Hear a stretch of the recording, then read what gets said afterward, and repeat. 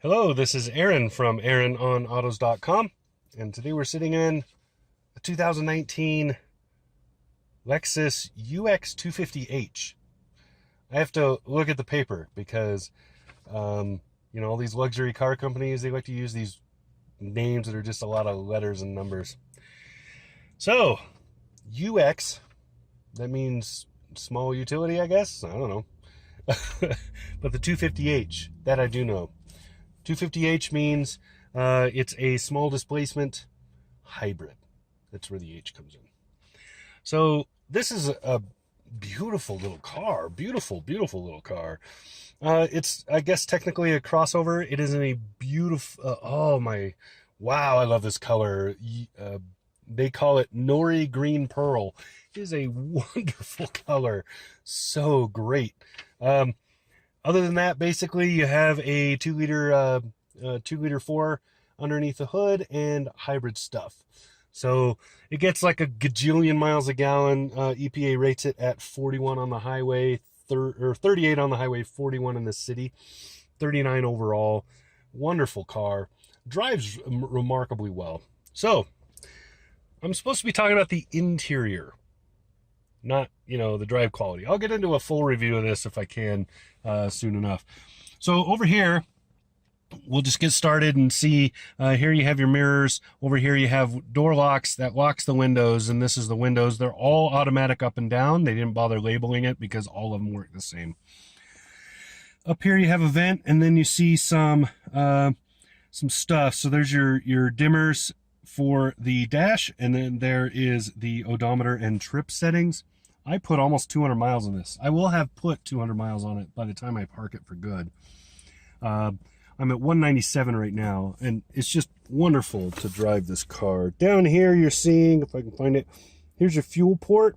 Here's the deck, so that opens the rear hatch. This is for the hood, pops the hood, and then you see the dead pedal and other stuff. Over here, looking at the steering wheel, we'll start over here. This is mostly driver information screen stuff. Here is volume control for infotainment, and this is voice activation. Voice activation in Toyota works pretty good, so get used to using that. These page through things, and this goes back and then also shows you the menu. So if you just push it without being on anything, it will do nothing. I screwed that up. All right, so here we go, right there. Now you're seeing over there on the left side, there's the stuff. So you can just page through all of that, find lots of good stuff. Most of it pretty useful.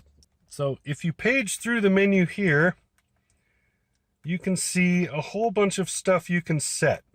So and then vehicle settings here, if you go in there, you can change some of what shows in there, not much, because that changes dynamically according to your drive mode, which I'll show you in a minute.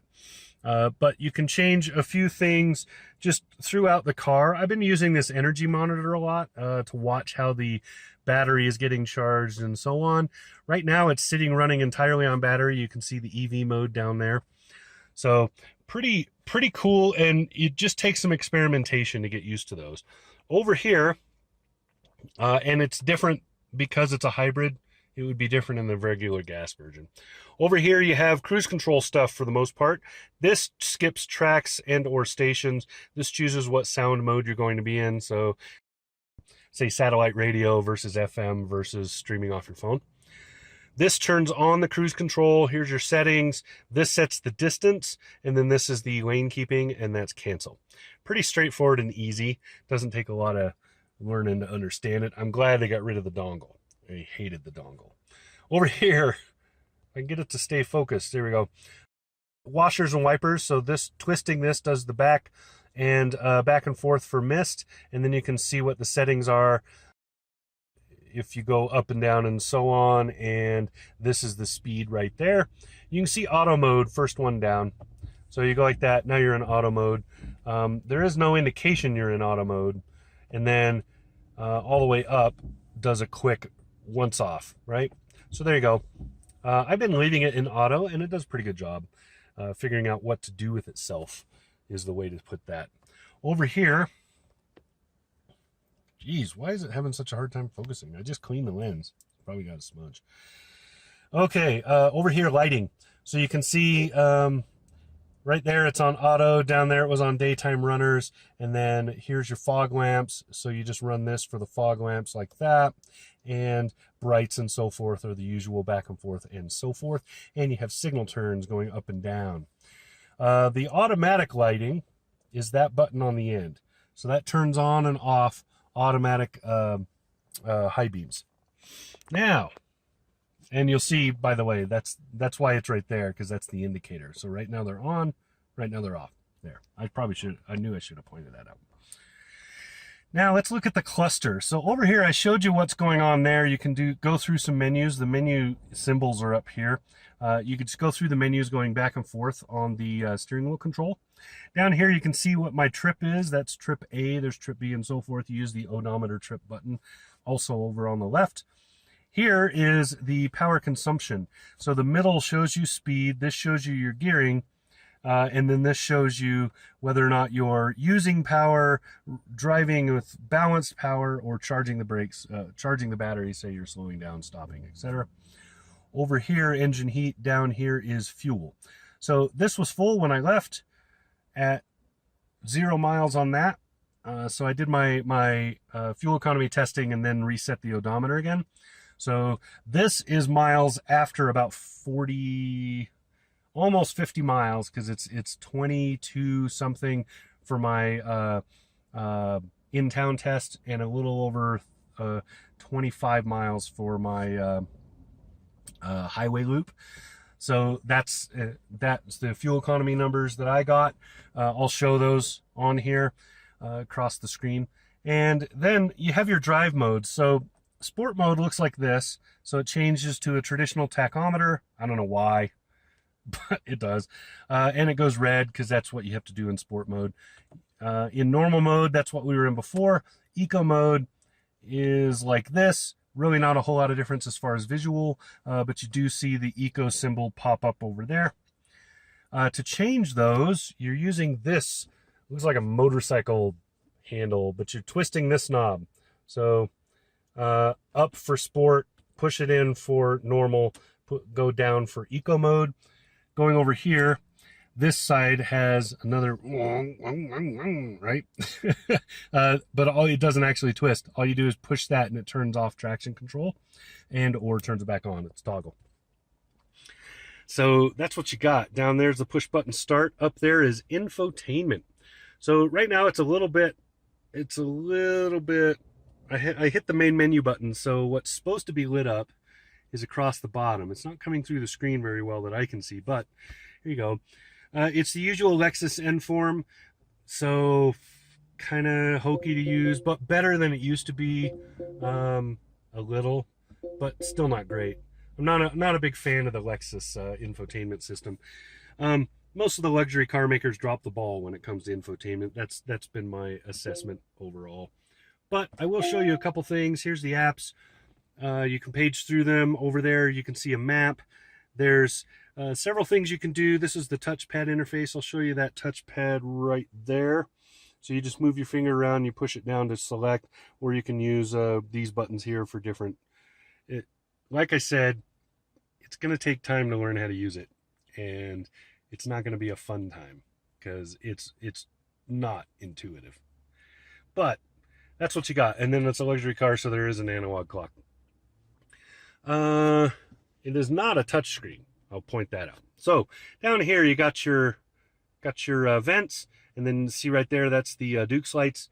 And then over here is climate controls. So if you turn it on auto like that, fires up, starts blowing air. You can probably hear it because it's blowing directly on the microphone right now. So that's that. You turn it off right there. Defrost, rear defrost, also to those mirrors, etc. Pretty simple. Down here you have bun coolers, bun warmers, or auto mode. So when you're on auto climate, these can automatically go according to need. Over here is the steering heat, and same difference with that, and then bun warmers and coolers for the passenger side. Down below that, in here, I have to move my coffee mug for this. So down in here, you can see that's a wireless charging pad. You drop your phone on it, right? And then you toggle it on and off with that button right there. And then this, there's your 12-volt plug. See, it needs sound effects. Really, they should have just included sound effects. It should be doing that on its own. See, it's quiet, right? But it really should be going, right? It really needs that. Okay, Lexus, hearing that, it really needs sound effect. All right, drink holders. These are hokey drink holders. I'll show you why. So here's my cup, trying to drop it in, right? I can't. Push, push, push. You got to twist it around to get these tabs to go in. Not the best design ever. But, you know, anyway, over here, shifter, pretty straightforward. You push this button, pull it back and forth. You got your gears and stuff. You can pull it when you're in drive. I'll do that. When you're in drive, there you go. You can push over and now you're in manual shifting. So pretty cool. I showed you this already. I did not show you this part. This is controlling for what wouldn't otherwise be hard buttons up there. So you have volume right here. You have your media select over here, radio select over here, and tuning for the radio right there. And then you can push the volume to mute. So it takes a minute to get used to this, but once you get used to just having your hand right here and then just running those buttons. It just takes a little while to get used to that, but once you get used to the idea of where it is, then your arm is probably resting here a lot of the time anyway. Easy. Also easy for the passenger to use them.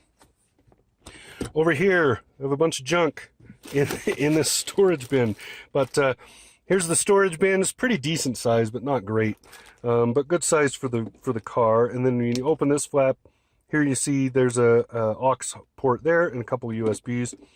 Those, as far as I know, are the only USBs in the entire vehicle. And then I skipped a couple buttons. Here's your EV mode for forcing an electric vehicle and hill hold. So otherwise, you're just looking at a really pretty car. It's got a good sized cargo area. I'll show you that now. And the back seat is a good size considering the size of the car, which is not huge. This is a compact, but it's a good size and it's really comfortable. I love this seating. Look at what they did. Look how cool it is. This is awesome. I really like that. I really like the setup. This is about $42,000 all told, and it starts at about $34,000. So it has a whole bunch of options, but they're, as far as I can tell, they're all good ones. I really like it. It has a kick sensor on the back door, so you can just kick and it'll open, and then you can just see the flow and the look. And I love this. So they broke it up with this beautiful leather look, and just how they kind of textured and curved everything. It's just really pretty. Really, really good setup. So that's it. I'm about to turn the air conditioning back on because I'm going to die. It is hot. So that's what I got. This has been Aaron from AaronOnAutos.com inside the 2019 Lexus UX250h. Talk to you again soon. Subscribe.